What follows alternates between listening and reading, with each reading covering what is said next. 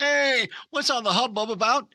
It's season 4 Blabber Brains Show. That's right. We're kicking off our 4th season tonight, and we're doing it with Keli Price on the show. Who's Keli Price, you say? Oh, producer, writer, actor, and musician, and soon to be father. But we'll find out more about that. Oh, hey, and it's my birthday. Even more time to celebrate. Woohoo! You're not going to want to miss this. Let's do this. Wait, one more. I can't get. Wait.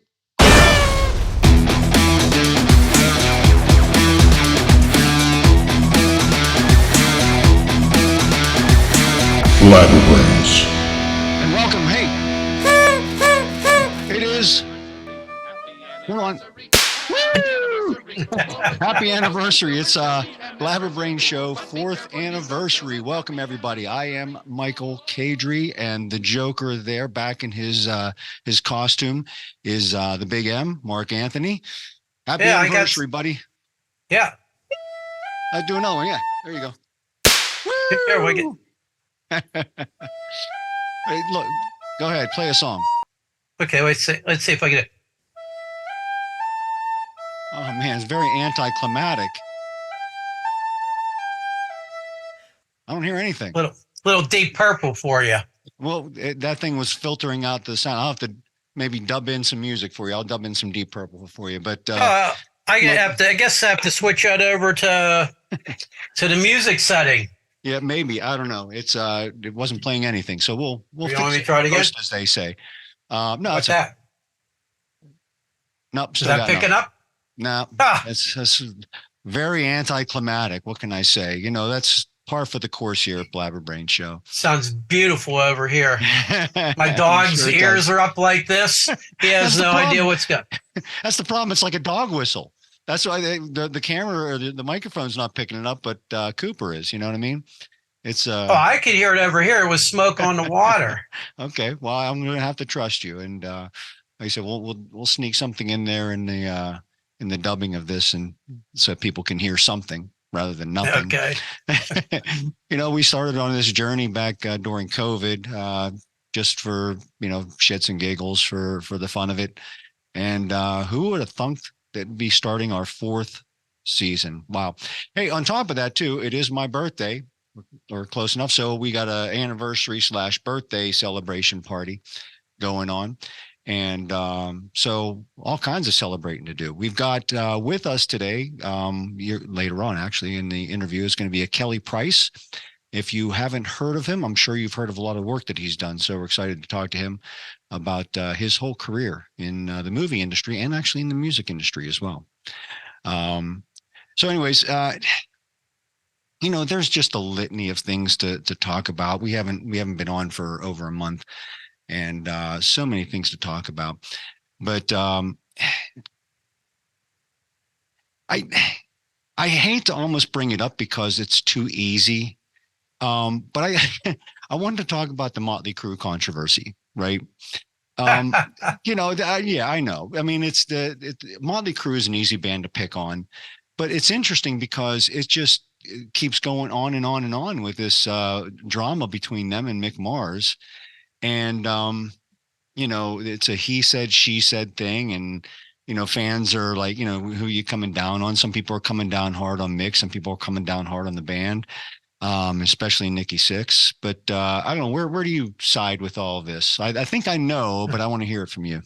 Well, I think I probably would personally, I would probably side, at least from what I've read, and who knows what the actual truth is, but I just have a hard time believing that Mick Mars can't play guitar. And that seems like the biggest beef that they have. They've already been caught. There's tons of stuff out there you could watch where there's drums going on and Tommy Lee's not playing. Right. So it seems like to me that the whole thing is being, they're sort of like they recorded the concert and they're just sort of going through the motions of doing it. Maybe every now and then you have been still going, all right, with that weird voice of his when it goes up high now. But right. I think that Now, I now you think know that, now your microphone picked up on that, so you're not quite as high as a dog whistle. So, anyways, go ahead. yeah, but I do. I think that I think it probably started from the tour. I Right, think they just started, differently. I mean, Mick is much older than the other guys. He has a really terrible health issue that he's had since he's been a kid. And there's just so much grueling. Can you imagine a guy who could barely move around doing a stadium tour, just getting around off the stage back and forth? I'm sure they right, probably have some golf cart thing and stuff like that use. I think the problem is that he signed up for a short tour. They added a bunch of dates. He didn't want to do it, but he did it. You see the footage. Guy's barely been able to move on stage for years. And I just think that he had enough, and they got to bug up their ass over it. And then, Carmine Appice has to he's the guy that kind of started this whole thing. He's putting he's an incredible drummer, one of the best rock drummers of all time, up there in his age. I mean, right, in his years, I mean, he's around in the 60s with Vanilla Fudge. right. And he's the guy who sort of, if you really think about it, started, talking about how Mick Mars, wasn't really happy towards the end because of the pre-recorded music and doing more shows than they were supposed to do. And then now wanting to do even more shows. And I think he's trying to make himself relevant out there again. I think it just, it started the conversations. I don't think it would have gotten as ugly as it is right now if it wasn't for Carmine. And I think he was probably right. I mean, he should have just kept his mouth shut, though. But it's sad. But I think that now, granted, this is just me being a blowhard, giving my 2 cents opinion. I believe in a lot of that as the determining factor as to what happened. But I think part of it is Motley Crue, for whatever reason, they're seeing they're playing more shows. They know they're, for whatever reason, not just appealing to the old rockers, but the new demographic. And maybe they just saw Mick as like, we don't need grandpa in a rocking chair standing up on stage, not being able to rock out with us. He looks like he's 100 years old. We're trying to keep a youthful, at least appearance to what we're doing here. Now, granted, to be fair to Mick, he's always looked like a corpse. I mean, even back in the 80s and 90s, he was kind of corpse-ish. But, I think that has something to do with their decision. And because, bringing John 5 in, great guitar player, probably a little out of Motley Crue's league, but he's younger. He's not exactly super energetic on stage, but he's far more mobile than Mick Mars, and obviously looks a lot younger. So I don't know if that has anything to do with it or not. But of course, they're not going to say that in public. They're not going to come out and say, well, Mick is just too old to go on tour with us. I mean, that's, I think they'd rather just say that they had a falling out, or maybe they created a falling out intentionally so that he wanted to leave. I don't know. Anyways, it's a stupid and interesting debate. Well, there's money involved with it too, because I guess Mick still gets money even though he's not touring. I'm sure that rub doesn't go over well. And wasn't it some deal where they were going to just give him 3%, 3.5%, and I guess he refused that, which is great money for not playing. But I would think that even with the tour going on and everything I said, and then you making that statement, you're in a stadium tour and you got a guy that, out of no fault of his own could barely move up there. And I'm sure they, thought about, I think that's probably part of it too. And John, the thing that cracks me up is when I see the post about how John 5 sucks from Motley Crue fans. I mean, John 5 is an amazing guitar player, and go listen to his Bluegrass album. I mean, he's a phenomenal guitar player, whether you like his style or not, or the fact that he, has the makeup and wearing a bow and all the crazy stuff like that. If you don't go in for that, although I think it fits fine in with Motley Crue, frankly, right. I think it works. But I mean, the guy's an amazing guitar player. He could play anything. And I'm sure he's probably has some ideas. Seems like they're already recording some music. And I'm sure that helps too, having him there now, some newer ideas and things like that. And I mean, yeah, I get the loyal Crue fans, saying, Motley Crue is a Motley Crue without Mick Mars, because he had a lot to do with the sound.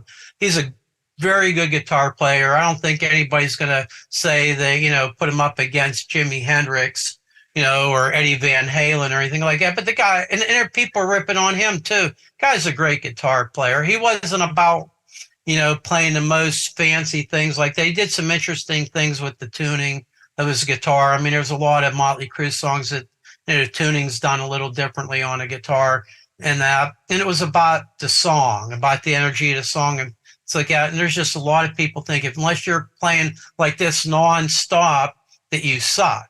No, I think the reason is because when he's playing guitar, he's not making the rocker guitar face, or he's getting down in poses, but I think that's what it is. It's just like they want to see someone. I mean, granted, even though Mick doesn't do all that stuff, they're like, if you're going to replace Mick Mars, at least bring in somebody that makes the faces and gets down in position. Somebody like, George Lynch or something. I don't know, that can at least look like a rocker. Instead, he just kind of sit there and plays nonchalantly and just like flies all over the guitar. I don't know if it has anything to do with it or not, but especially when you have Poison going on before you, who seems to be one of the few bands of that era that continuously seems to sound better. I mean, but they're all still like really good friends, and there's no drama on tour and stuff like that. And CC DeVille got his shit together. You know what I mean? He was always in the past probably the biggest egghead in the bunch, causing problems, but. They look like they're having fun. Bret Michaels, just steady forward, keep it going. And I mean, I've never been I've been a Poison fan, but never like the biggest. Like, I'm like a Poison freak, right? I'm just, I listen to the music. I think it's good 80s fun rock music. I think they put on a good show. They're a lot of fun.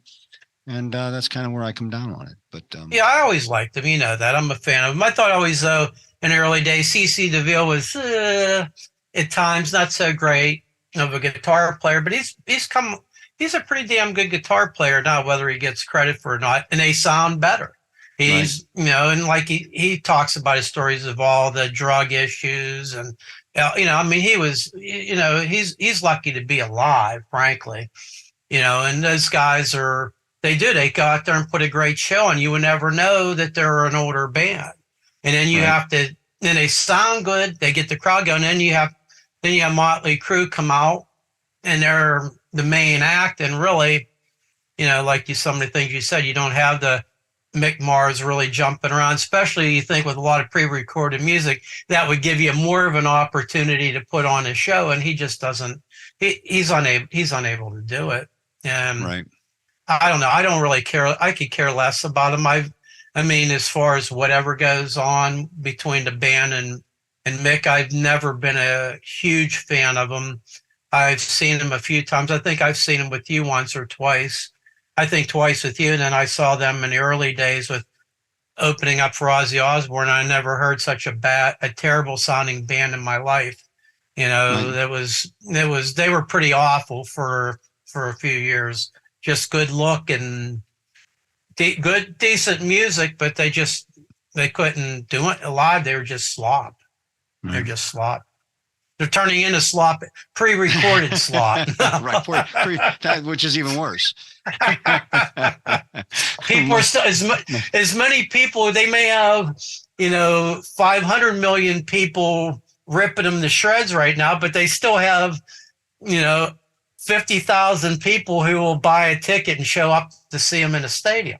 No. Yeah. I mean, no matter what. At least it's one thing you can say about Def Leppard. I mean, that's a band that would be prime for using backing tracks and stuff like that, but they never have. I mean, that's why they sound so different live than they do in the studio.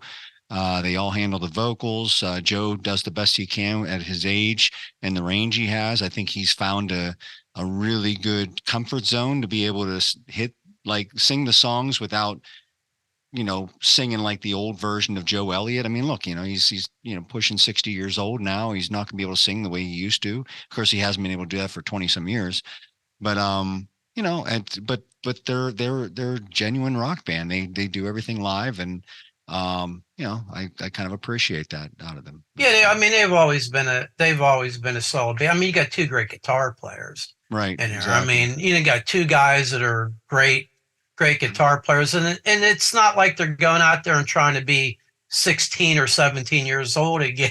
Like, Right. back when High and Dry came out, but they're up there, they're still doing their thing, and it's quality. Whether you're a Def Leppard fan or not, if you ever see them, they're a great band.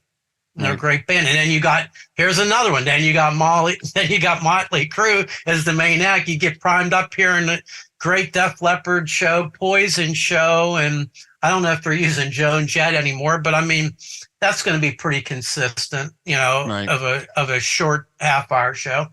I Right. mean, it's if you remove everybody and just have Motley Crue out there, I don't think they sell that many tickets anymore. They're I not going to really sell in the don't. stadium, that's for sure. No, I don't even know if they'll fill up a 20,000 seat arena. Really, I think it's the other bands added in that have a lot to do with it, and it's the whole Possibly. experience because it's all day. Possibly. They're all afternoon and evening. Well, let's move on. I was going to do a blabber boast, but we're running short on time because we got Keli Price coming up soon. And just wanted to touch base on one more thing that I thought was an interesting topic. And, you know, this can be a long topic, but it can certainly also be a short topic. But it's something that I've been pondering because it just every day in my life, I come across something like this that I wonder.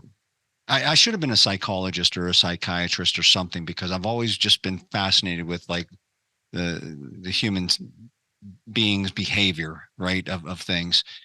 And what causes people, now this could be paradoxical too, right? This could be like something that like contradicts itself or there is no answer to it, you know. What causes people to do things when they know that what they're doing is being made fun of, especially on social media and stuff? Example, like, you know, the Karens of the, you know what a Karen is. Everybody knows what a Karen is by now, right? And Karens have been made fun of left and right, up and down. I don't care how old you are. You know what a Karen is. You know that it's not a good thing to be called a Karen or to behave like a Karen. So why are there people out there that still just can't help themselves from being Karens? Like, I don't know what makes a person tick. Like they should be thinking to themselves, oh shit, I'm behaving like a Karen right now. You know what I mean? I think some people, when they're set off, they're set off. They don't care what anybody thinks. I think that's it. Some people just can't control themselves. It's just that sort of knee-jerk reaction. And they don't care once like they get going. They don't care. It's being a busybody. It's sticking your nose into something that doesn't pertain to you because it personally irks you. Well, you know what? Show some restraint. You know, how There's about a lot of act like a Karens. grown-up? There's a lot of Karens that are men too. You know, 100%. maybe even more than women, really. Yeah, they're just not often just caught on camera, I guess. You know, so much as that. But like, it's even like this whole like wokeness thing, right? I love Bill Burr was making fun of like how it used to be a black thing, and then the white woman came in and kind of took it away from the black person because they were, you know, making it like they were sticking up for the black people and stuff. Okay, maybe you had good intentions at first, but everybody's seeing it for what it is. It's kind of like almost like evil. It's you know, you're trying to be a social justice warrior, but not for the fact of social justice. You're doing it to be seen or be heard, to say, look how great I am. Oh, look how involved I am. It's narcissistic at the very least. You know, to say, oh, look at me, I believe in this, I'm with you. But, and as much as that is being made fun of, and as much as people say this is like harming our country, it's dividing our country, people insist on still going woke. I mean, it's like, I really want to know what the human psyche is of makes someone say, like, not have a filter to say, this is wrong to do this. I know it's wrong to do it, but heck, I'm going to do it anyways. I mean, that's a little sociopath, though, isn't it? There's a lot of crazy people out there. It's just years ago you couldn't take your phone and record it.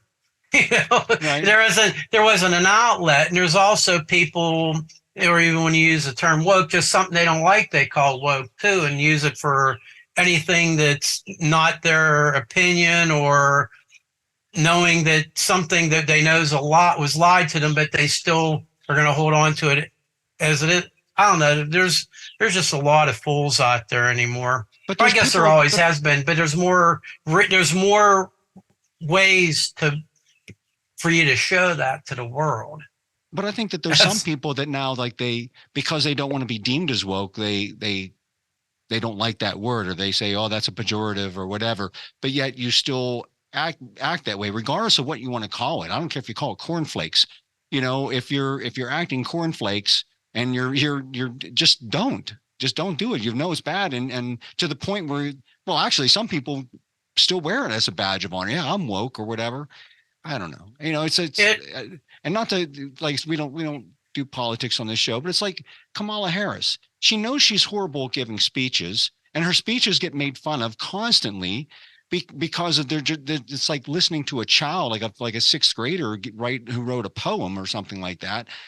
But yet she still keeps giving those same type of, like, hire a better speechwriter or something like that. You're the vice president of the United States. Hire a better speechwriter. Why do you still insist on going out there and doing the same speeches that people are making? They probably don't know what's going on.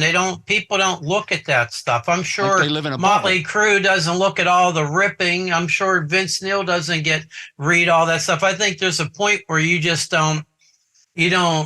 you're supposed to not read it. And then if you have a small circle of people around you that are patting you on the back and saying, you said it just right, it's going to resonate. I mean, that's just the way. And there's a lot of that out there. People just feed into the ego of the person who's saying it. And if you're in some sort of public figure, or you're music, whether it's a musician, a politician, a famous cook on TV or whatever, I just think that a lot of people, they figured out, don't read anything.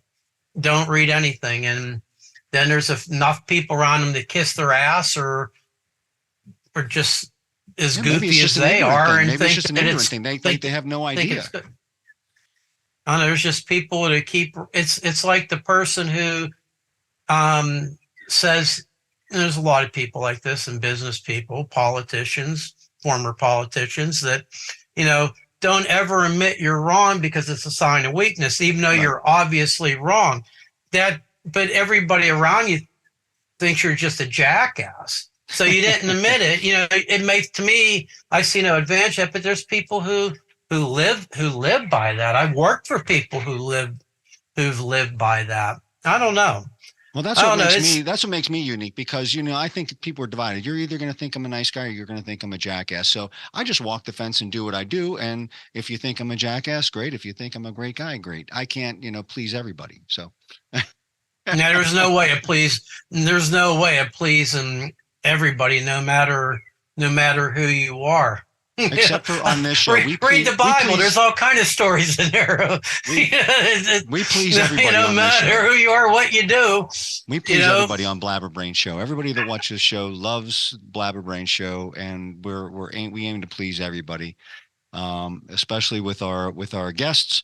And like I said, our guest coming up here is Keli Price, and we think you'll find him interesting and learn a lot more about them, and then you can make up your mind whether you like them or not. I mean, that's just the way things go, right? You listen to someone and you make a determination, and that's what we'll do here. We interview him, and we'll let you make up your mind whether you think he's a good guy or not. I think he's a good guy, but we'll let you figure that out. But anyways, we'll take a short break here, and we'll come back with Keli Price. Blabber Brains. And welcome back to Blabber Brains Show, our 4th anniversary show. We've got with us, first up on year number 4, Keli Price. Let's give him a big round of applause. Yeah. Okay, wait, hold on a second. We got to still celebrate here. So let's make it official. Put the hat on. We got the do. What's that plate that has the depressed clown? You'd look good for that too, Mike. The what? That one, clown. it's like an opera. It's a clown. It's sad. He has a Oh little hat like that and a makeup. Pagliacci. Yeah, there you go. I wish I had something to add to this celebration. All I got is in front of me here is this, man. Well, oh wow. Well, that's coming back. I heard. You know what I mean? So, membership, baby. Yeah, I mean, I've got an old card of that too. But someone said it's coming back in some way, shape, or form. That'd be kind of cool if they did. But we'll see. We'll see what happens. I think the whole was it Captain Marvel kind of sparked that again, because it started off taking place in the 80s back in a Blockbuster Video and stuff. But anyways, well, we'll see what happens. Anyways, so let's get into Keli Price here. We have you're a producer, writer, actor, even a musician. And so we want our fans who don't know who you are. They probably know a lot of the work that you've done, might not know exactly who you are. So that's why I wanted to have you on the show here. And so we can fill in the gaps here a little bit. You've got some of your work sitting behind you, but so let's before we get into that, let's take it back. Let's take it back to Keli Price growing up. We'll really do a deep dive here on who you are. So where'd you grow up at? I grew up in a little town called Brookville, Long Island, New York. And I was heavily influenced by my uncles. I had two uncles, Arthur and Lenny. They were partners, and they would babysit my brother and I a hell of a lot. And my uncle was an extra. My uncle Lenny was an extra in movies. And so my first taste of the entertainment business was going to see him as an extra on set of Stewart Little, the first Stewart Little movie. Oh, really? Yeah. I'll never forget that day. It was at the Bethesda Fountains in Central Park, and they were shooting there, and my brother and I were extras. And my cousin Ty also, I think he was there as well. All three of us were extras. And we were wearing these, I think it was like these raincoats or pea coats, and it was so hot. It was like July in Central Park, and we were dripping sweat. And I just, I saw my uncle and the other actors, and Gina Davis was there, and it was just an incredible thing to see a film set. It was my first kind of time seeing a film set. So my uncles were a big part of bringing us into the creative and different cultures. My uncle Lenny was a black man from Philly. And, and so I learned a lot from him. I learned a lot from my great grandfather, because I grew up, he lived till he was 99 years old. My great grandfather, Jack. And so Jack's story was crazy because he was an immigrant Jew. He came into Ellis Island when he was 11 years old. Escaped the pogroms in a little town called Malava, Poland. Mm-hmm. Started speed skating in Brooklyn, New York. Became a really well-known speed skater in the tri-state area. Wow! Couldn't compete in the Olympics because he was a double stigma. It was an immigrant Jew, and at the time, it was frowned upon. So he couldn't skate in the Olympics because the head of the Olympic Committee was a known anti-Semite, and it was tough, man. And I would hear his stories, and I would think, man, if I literally couldn't win an Oscar because of who I was as a person, that's crazy. And I likened it to that. And I said, got to do something for him. So I went, and when he passed away, and I called some cinematographers that I had worked with, and that's my notification getting me ready for the Knick game that's coming. I'm a diehard Knick fan. But anyway,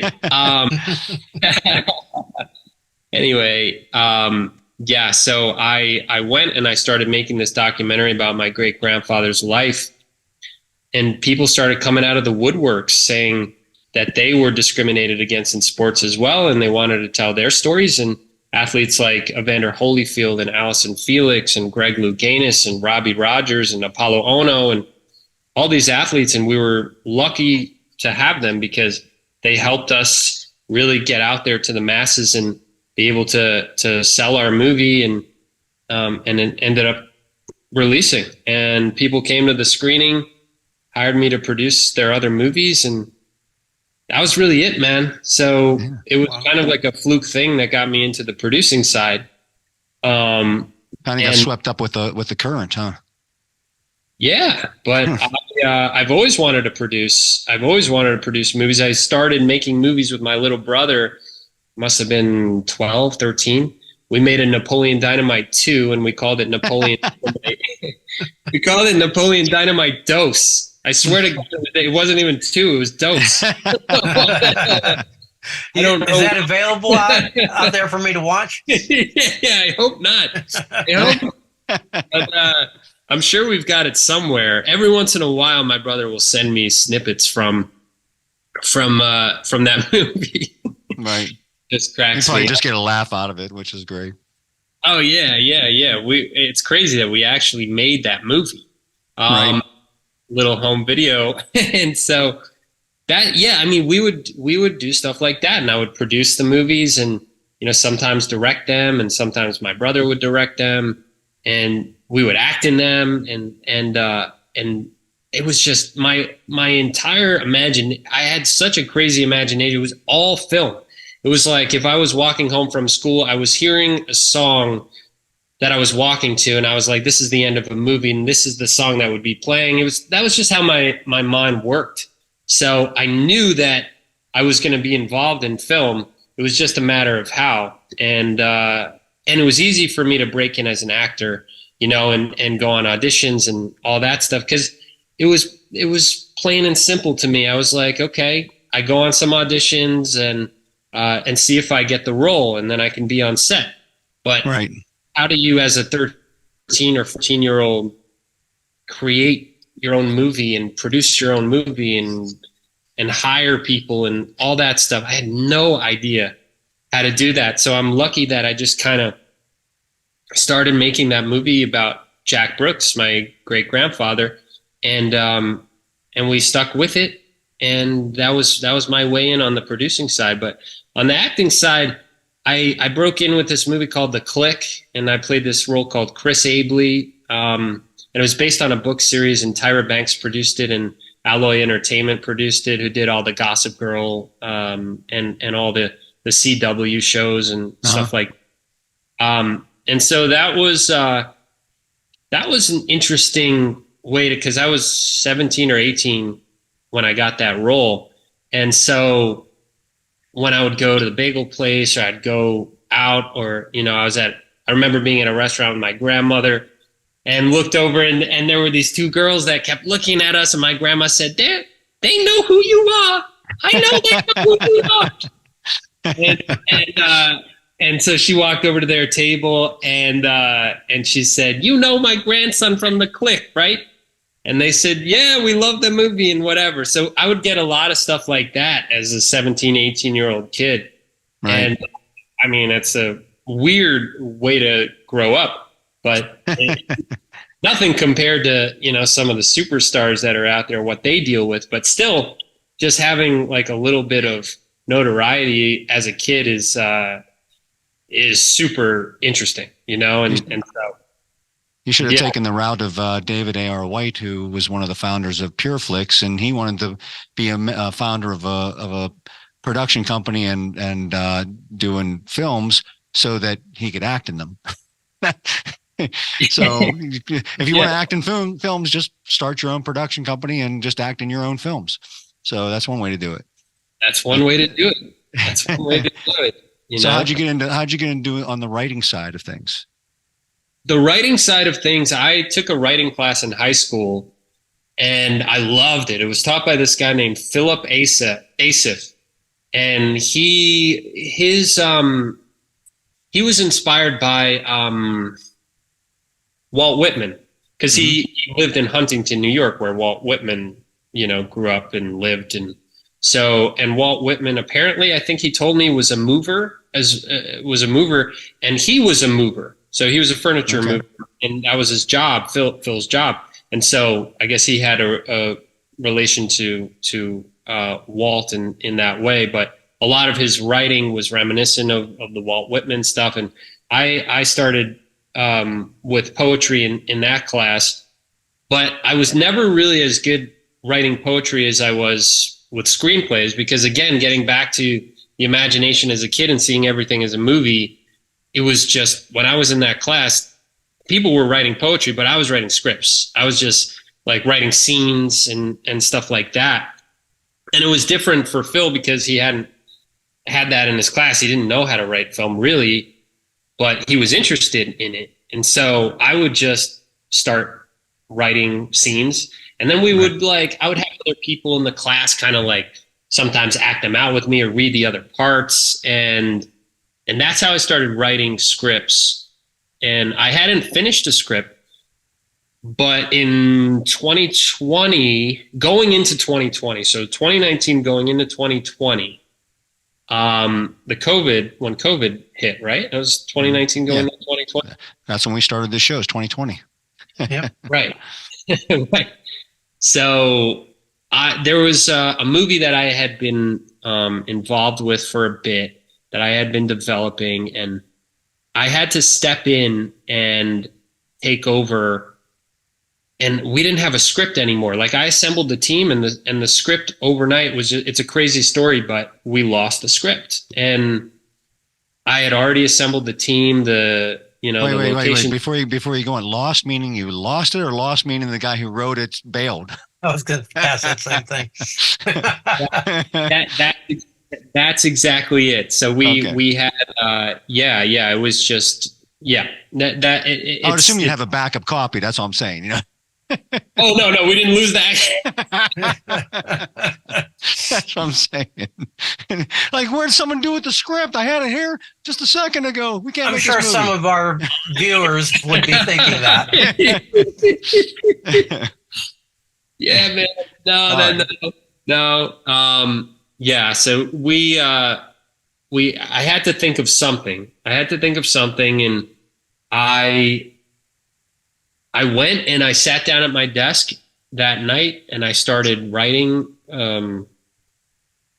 something complete. I just, whatever came to me, and just wrote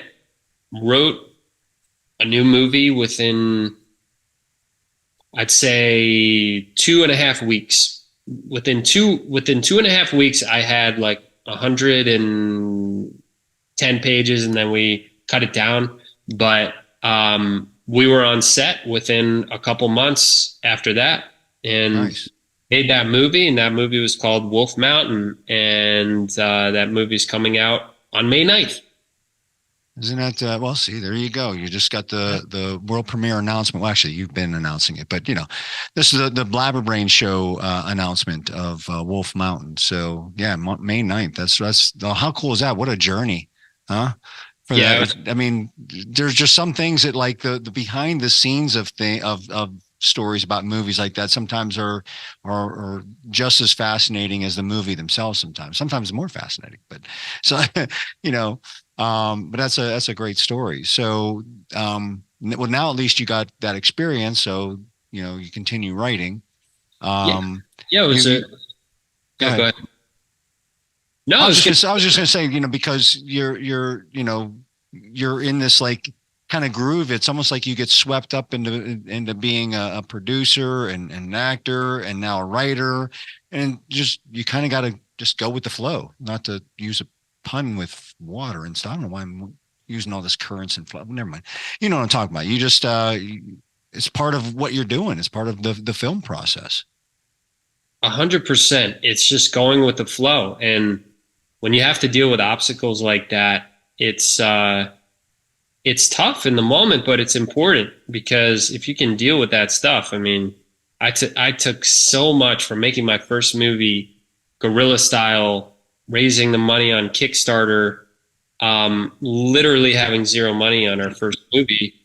And we had to figure it out, how to cut the right corners and all that. And so after that, I mean, something like I experienced on Wolf Mountain, which is when I had a crazy deadline to get a script off the ground. And and reach the deadlines. That's a good learning experience to have. You know, here Right. you got 2 weeks max. Everyone's going to be on set. You need to come up with an idea, write a script, and blah blah blah, and just go. And so it was a great exercise for me. I didn't sleep for 2 weeks, and it was during the Christmas Hanukkah break in 2020, going into 2020, and my wife wanted to probably kill me, and my family didn't see me for a while. But I remember one night I was up. I started writing at 6 p.m., and I swear to God, I finished writing at 6 a.m. Wow.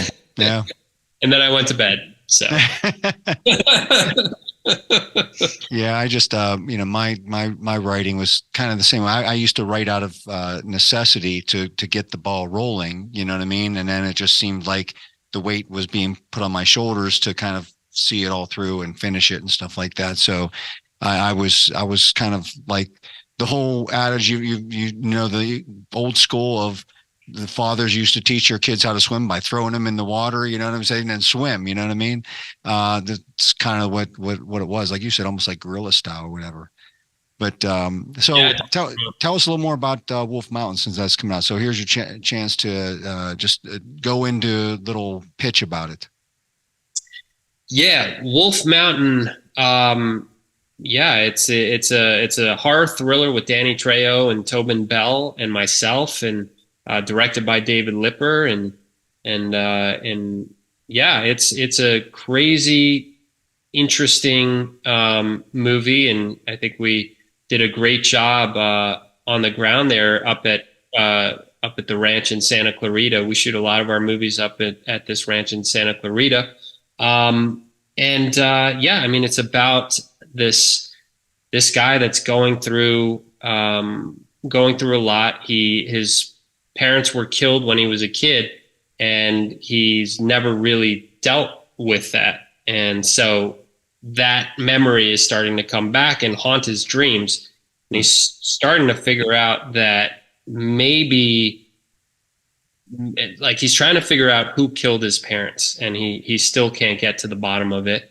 And it propels him to go on this journey back to where his parents were killed with his wife and with his brother, and a bunch of others, and figure out who killed his parents. And they go up to Wolf Mountain, and I'll leave the rest up. I'll leave the.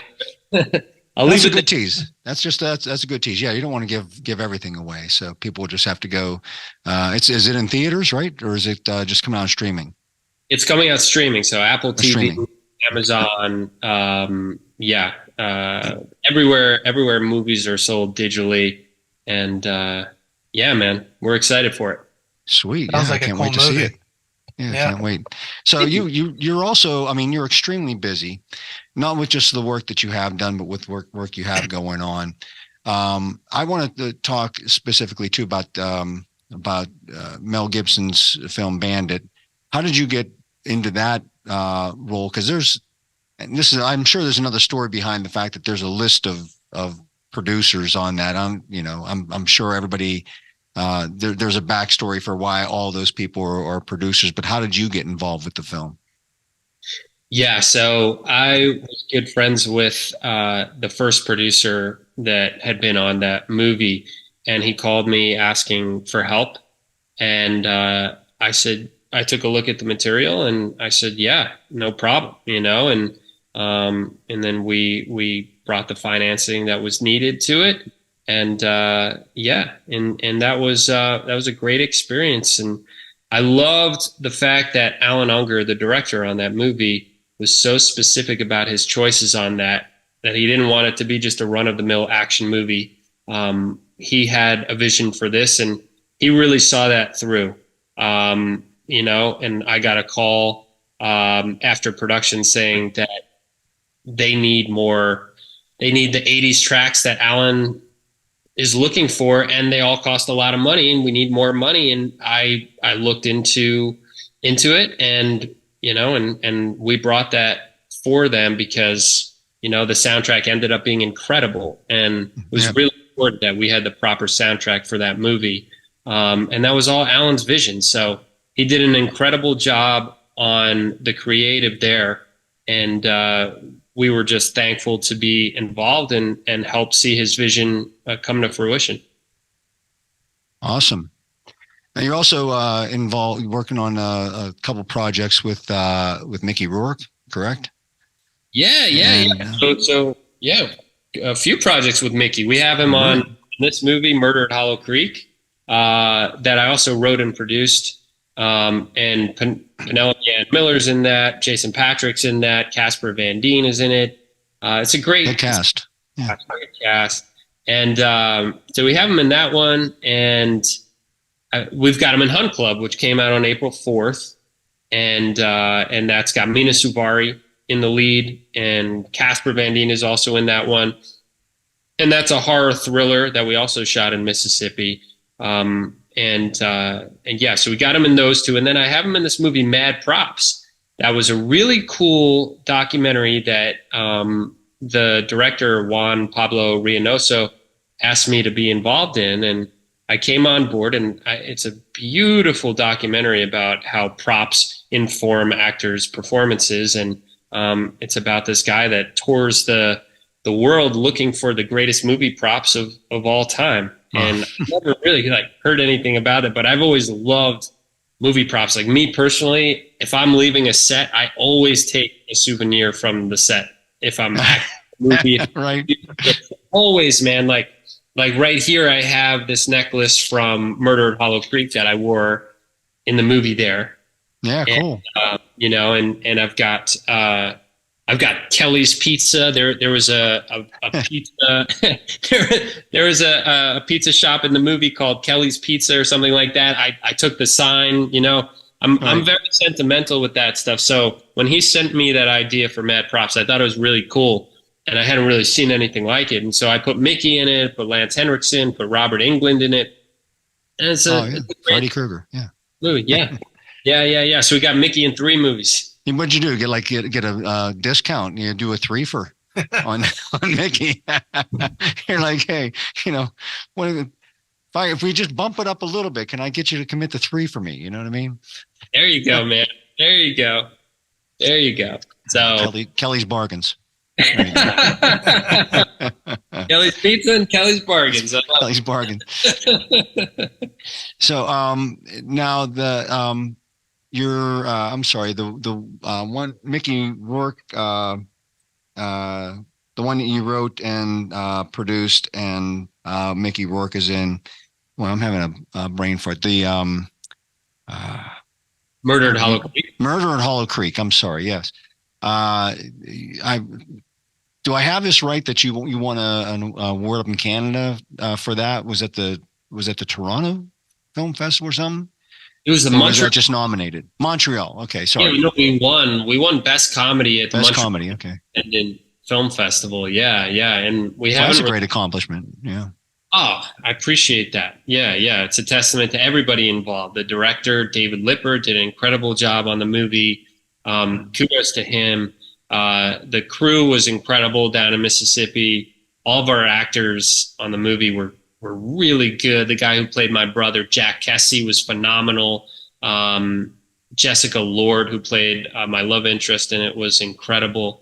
And Tiffany Hines, who played such a fun character, and Casper Van Dien. So the funny thing about Casper in that movie is he read the material and he called and said, look, I love this for me, and I have to tell you something. And so he said, the first line that I read in this movie was Grandpa takes me down to the lake or whatever it was, May 8th, 1969. And his grandfather's birthday was May 8th. And so that role that he played in that movie was supposed to be my grandfather. Oh. And so we instantly hit it off. And I said, there's nobody better for this role. Awesome. He just took such a liking to it and had this emotional connection to it just because of a date, just because of May 8th. That's cool. Right? Yeah. Well, and you also dabble a little bit in music and singing. So what is that just like a little side passion of yours, or what like how far back does that inspiration of yours go? Oh, that goes all the way back.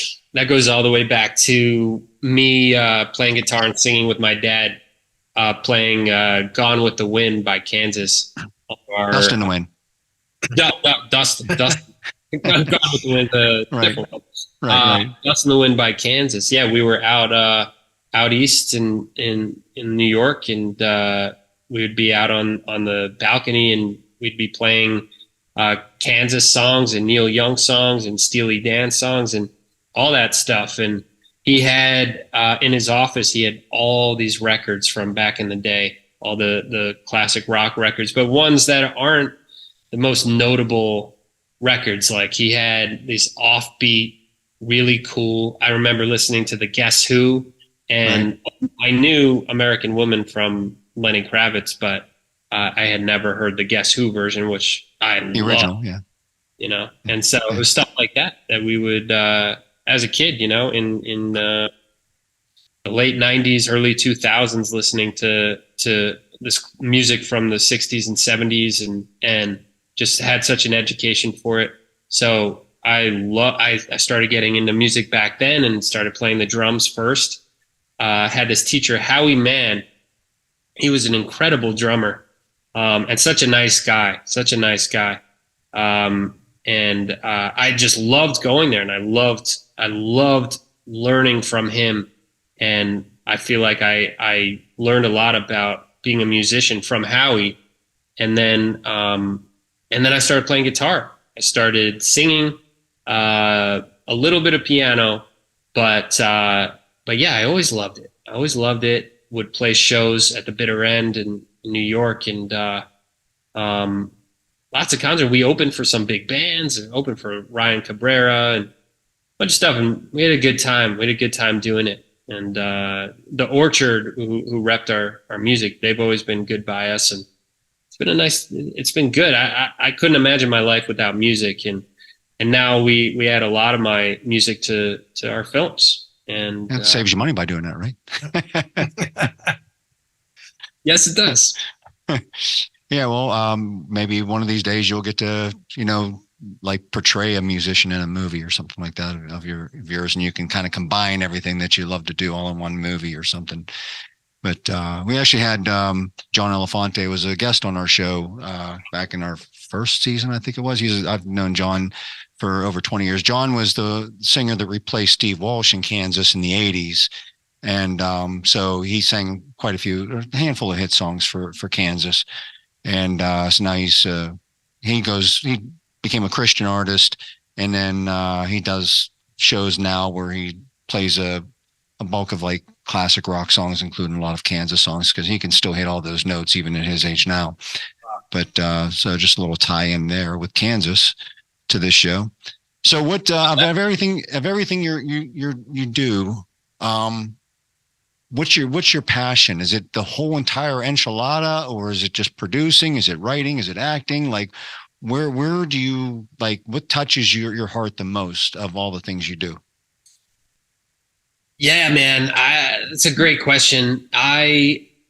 It's so tough, but at the end of the day, I've always had my grandfather, my great grandfather were very business oriented and just geniuses in business, geniuses. And I learned a lot from them, a lot. And so I couldn't imagine my life just with the creative and not having the business too. Cause I honestly, I love the business element of the entertainment business. And a lot of producers don't, like on the financing end. I just had a knack for financing film and being involved in creating the financing on films and yeah, so I love that side of it. And I love acting. I mean, I'm a recurring right now on Rap Shit on HBO Max, Issa Rae show. And just going there and being on set there, it's so much fun. It's just it's just being on set. And that's why I could never not act, because the feeling when I'm on set and I'm in front of camera is just, there's nothing like it. It fulfills a certain part of me. And I wouldn't be able to not have that. So it's special. And then, and producing movies and having it all come together is really special. It's special in its own way. It's a different kind of special. It's, when I go on set and I'm just acting, it's crazy now to go on set and just act and not have to worry about, is everything running smoothly? Or the actor saying the right lines? Are we going to make the day? And all that stuff that you have to think about when you're producing and wearing multiple hats. But yeah, I couldn't really pick one over the other. Just fulfills me in different ways. And when it comes to writing too, it's like creating the entire thing. It's starting the entire, like you did, Michael, on our movie Mulligans. It's like, if you didn't sit down and write that one day, then and then it never would have happened. And it's such a cool thing to think about. So I mean, it's like you said before, it's, I just have this thing too, where like, and I think this comes from being an actor. I think the same for you. And I do some directing, and it's what it is. It's, if you're in that position and you know what a movie is supposed to look like, or the acting lines are how they're supposed to be delivered and stuff like that, I think you have a clearer vision of how it's supposed to be written, rather than if all you do is write. I think there's a lot of writers that it takes them several scripts before they come into their own and like a rhythm to get to be a really good writer for screenplays and stuff like that, because they don't have the other side of things. But they know how to write really well. So, but writing a movie is different than being a really good writer. Like you said, you talk about, poetry or whatever. But, writing a screenplay is completely different. And if you can visualize that as an actor delivering those lines, I think you got a leg up on trying to get to the finished product quicker than if someone who's just, even a new writer coming out of the gate. Yes, I 100% agree. 100%. So yeah. I hesitate to do this, but I'm just going to put an alert out there right now. I'm going to talk about something. There's a spoiler alert. So if you don't want to know anything about the movie Hyperions, tune out right now, and then you can come back in a few minutes, or fast forward through the video. So, because you got to star with an iconic actor in Cary Elwes in the Hyperions, which is seen on Daily Wire, and you got to play a villain. So, and it was a twist of a villain, right? Yeah. It's almost like a surprise reveal villain. Yes. So what was that like for you? Because I know it's something completely different, but when you saw the script and you saw your part and stuff like that, what was your thoughts on the whole thing? My initial thought was like, wow, this is super cool character, and the scene just went on forever. I was like, longest scene I've ever seen in my life. I have to memorize all these lines. Holy crap! How am I going to put this thing on tape? Right. This is crazy. You got a good monologue in there. Oh, it was great material. But it was like a 10-page scene. I was like, holy crap. And yeah, because it's like you said, it's a crazy reveal that you're not expecting. So the reason the scene was that long is because, we needed all that time to explain why I turned and this and that. Right. So yeah, it was cool to work opposite Cary. Cary's a really nice, genuine person. And wow. Yeah. And yeah, so that was super cool to work opposite him. Alfonso Macaulay was in that movie, who's just hilarious. He's like the next Eddie Murphy. He's so he's the man, and we had so much fun making these videos like on set. We would be making these TikTok Exactly. We were wearing all these 70s clothes, and we were just like thinking we were 70s rockers, maybe down the hallway like we were so cool in the 70s get up and stuff. Right. We had a lot of fun. And Penelope in that too. She was great. It's a very imaginative movie. It's quirky. But so I like quirky things. So if you like quirky, if you like silly, if you like movies that make you think a little bit, and kind of you want to see something very different, and like Cary Elwes, I think he had to have had a blast playing that character, because it was just a character, as always. He was a character in the movie, so it had to be a blast. So check out the Hyperions. It's only on Daily Wire, though, as far as I know. I don't think you can get it anywhere else, so you have to borrow someone's login if you know somebody with an account there or something. So now this might be a tougher question to answer, but because it's actually a two-part. The second one's going to be easier, but the first part is, of all the projects that you've had to work on right now, what was like the most memorable one, or the one that you had the most fun on, or like the one that just stands out the most? You're like, this project right here was the best because of X, Y, or Z. Yeah, that's so tough. That's so tough. But I always go back to our first movie, which was On Thin Ice, about my great grandfather. And right.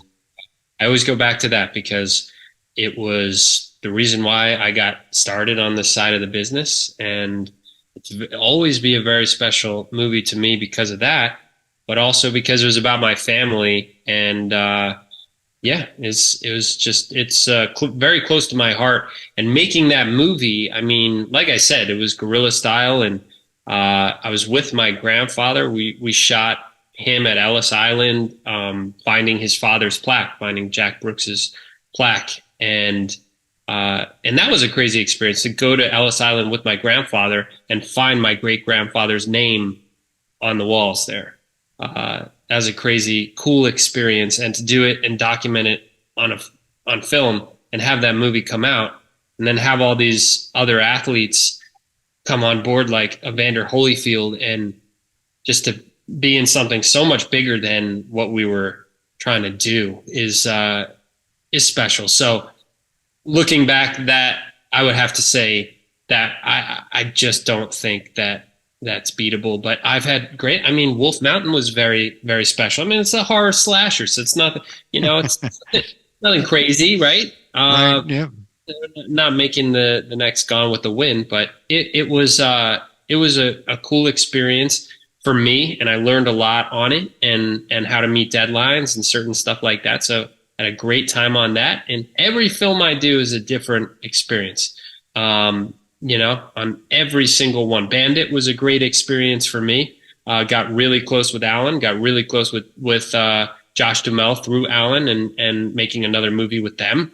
So you make relationships, that way too. You know what I mean? So, and now, and also on Thin Ice, were you the narrator of that? I was. Okay. I thought so. Sounded like you. So anyways, yeah. You weren't trying to disguise it by lowering your voice or anything like that, or trying to sound like James Earl Jones or something. So, but anyway, so the second part of my question is, who would be the ultimate people for you to work with, either on the production side or acting, like a cast wise? Like you said, if I was making a movie, I would love to work with fill in the blank. And then you have to exclude me. Because you can't play favorites on the show. So. No.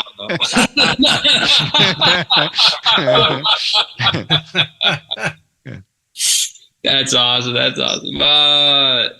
Yeah, Robert De Niro. Robert De Niro would be my number one to work with for sure. Just grew up watching him in everything from The Godfather to Raging Bull to Taxi, everything. And I just thought he was such an incredible actor. at at a young age, and just being from New York myself, I just related to him and his aura and everything. And my grandfather also, like, we would sit and we would watch his movies like over and over and over.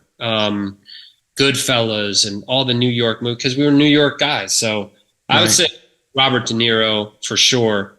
We have to make it happen now. I mean, because you're in a position where you could make that happen, to some extent. You can't force him. You can't force him to say yes, but you can have a role in mind for him and offer him the job. You can't force him to say yes, but you can't threaten Robert De Niro. Well, Can't you guys find a spot for Mike's movie to put him in? Yeah. Well, we could have a spot for Robert De Niro, but I don't know that we have the budget for Robert De Niro right now. That'd be another thing. So, who you want and who you can afford is often many times the two different things. Anyways, so what else is next for you? What's next on the docket that you're in the middle of or looking forward to working on? Next up right away is a really cool movie that I got involved in decent, I'd say like 6 months ago, and we're starting prep. It's this movie called To Hell and Back, and it's with Emile Hirsch and Ashley Greene, and great cast coming together on that. And we're getting on the ground in Mississippi pretty soon for that one. So we're really excited about that movie, and it's an action thriller. So yeah, that's what's next. And then after that, I've got this movie with Josh Duhamel and Alan Unger called Cowboy Junkies, and we're super stoked about that movie. And that's a lot of fun. It's a Western. So right. Yeah. So and what about you're involved with? Are you Pledge Trip with Rob Schneider? Are you still working with that or no? Yeah. So we got Pledge Trip, which is J.T. Austin and Rob Schneider.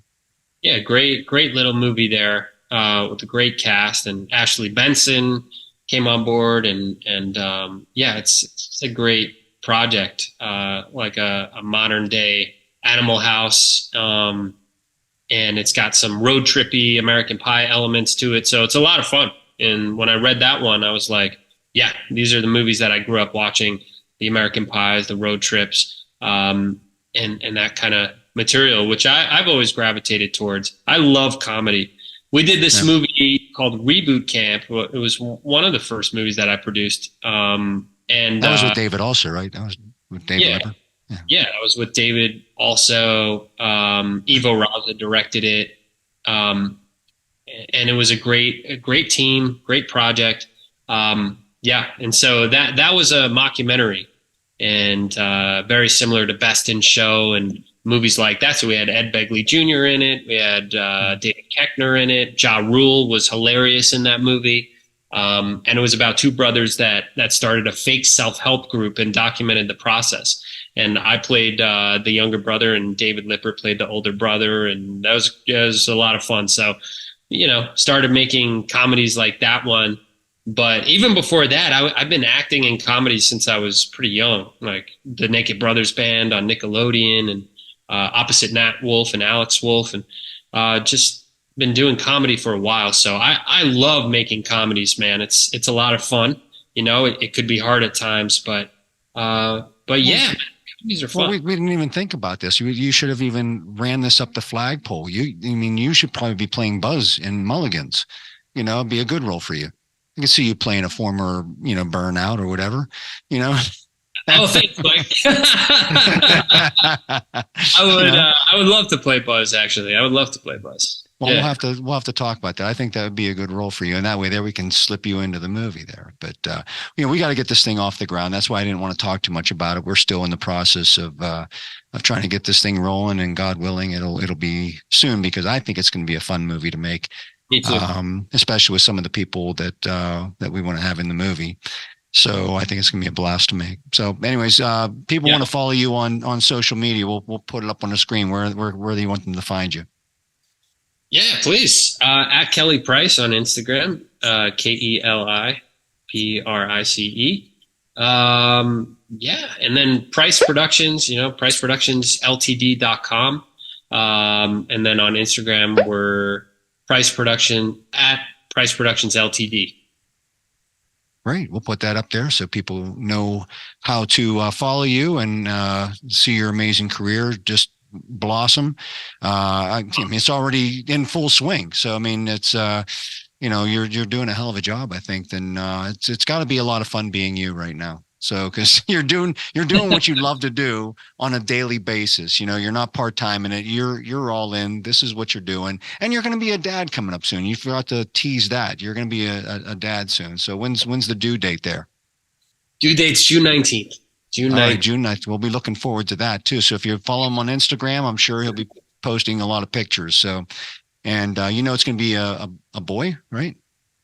Yeah. Okay. Yeah, you guys had found out. Yeah. So, sorry, I didn't want to give too many things away, but if you follow him on Instagram, you'll get to see all this stuff, anyways. So, all right, Mark, you have anything you need to add? You've been way too talkative this whole interview. I apologize, Kelly.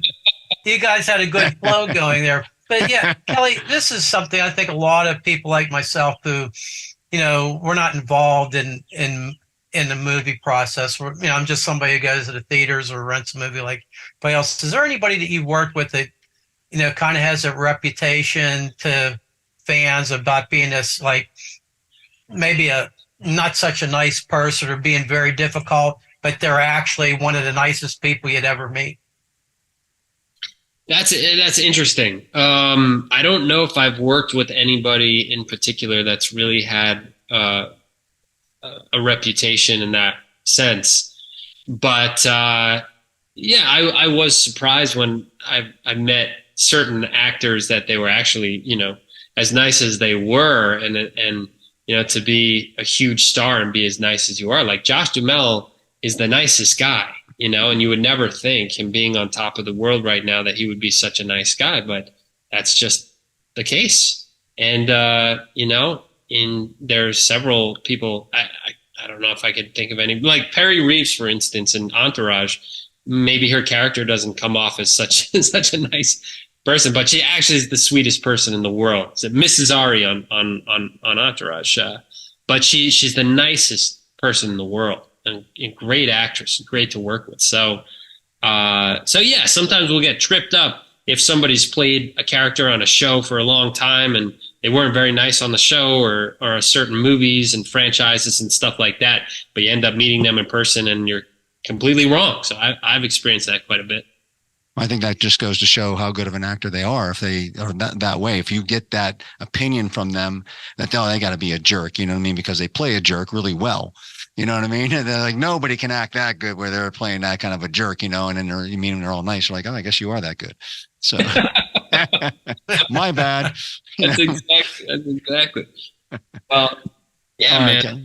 Well, hey, this has been a blast. We really appreciate you coming on here. I hope people learned a lot about you and they follow your career as you continue to make some great movies. And hopefully we can get to make it happen to have you play like a rock star or something in a movie. Maybe I'll write a script for you. I'll write a script. You can play a rock star in a movie, and we'll make that dream come true too. So you're an incredible writer. So please, I would love that. We'll talk about Buzz too. Don't think I'm going to forget about that one. No way. You in my head, you're going to be Buzz. So we'll definitely try to make that happen. So all right. Well, thank you so much for having me on. There he goes. We'll go out there. This is season 4 coming to a close, or episode 1 coming to a close. There you go. Woohoo! And a little do. All right. So for the big M sitting over there, I'm Michael Kadrie. Thank you, Keli Price, for being on the show, and we'll catch you next time on Blabber Brains Show. Thank you for having me, guys. Appreciate you both.